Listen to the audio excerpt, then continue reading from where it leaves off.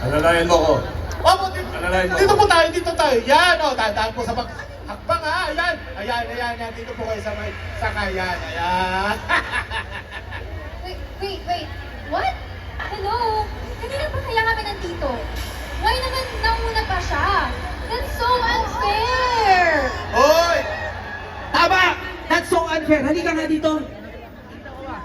Ikaw, nakita mo lang na mukhang mayaman, pinauna mo na. Hindi maaari yun. Kaya nga ako nandito para ipaglaban ang karapatan ng mga tao. Tama! At para ipaglaban ang karapatan ng mga pasero. Hoy! Tumahimik ka, ha? Bago ka magreklamo at kung ano-ano Hindi! sa makinig ka sa akin! Bias ka! Huwag ka na magsalita.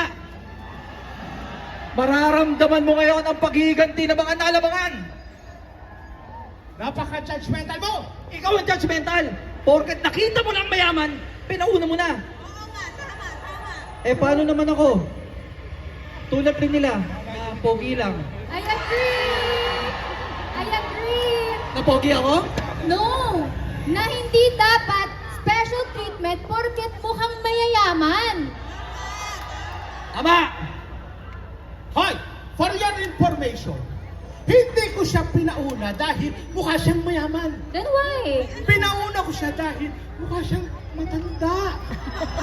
Hindi lang yun! Mukha siyang senior! Hoy! Sino mga senior? Hoy, sir! Ha?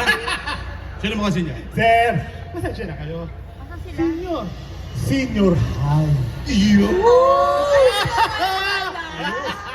May point naman pala. Alam mo, dapat talaga pinauunan mo yung mga senior. Yan! Oh, salamat ha, kasi hindi mo ako pinauna.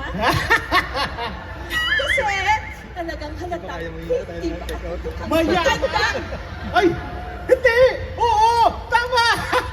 Hindi ka nga mukhang senior. Tama. Kaya hindi nga kita pinauna dun eh. Thank you ha. Oo! Alam mo, mukha ka lang 30 anyos. Tama. Mawalang galang nanay. Dito muna kayo, baka sumakit ang tuhod nyo. Hoy, nagpapalusot ka pa.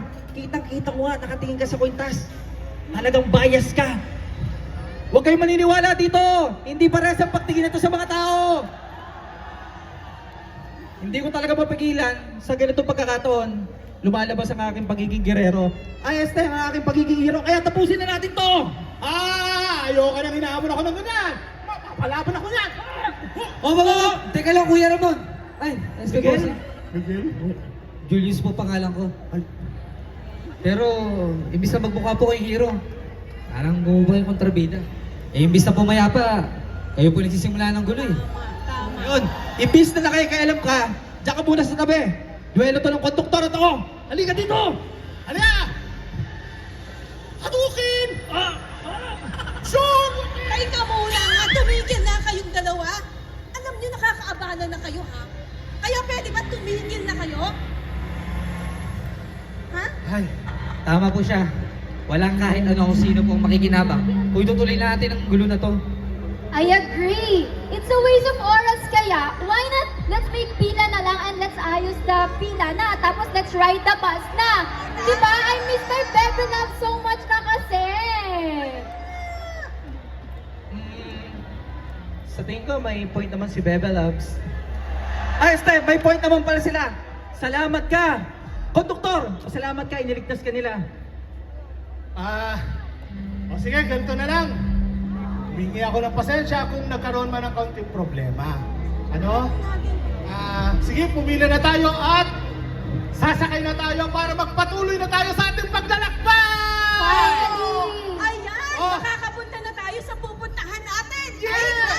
Tara! Oh, pupunta na naman pala naman yun. to.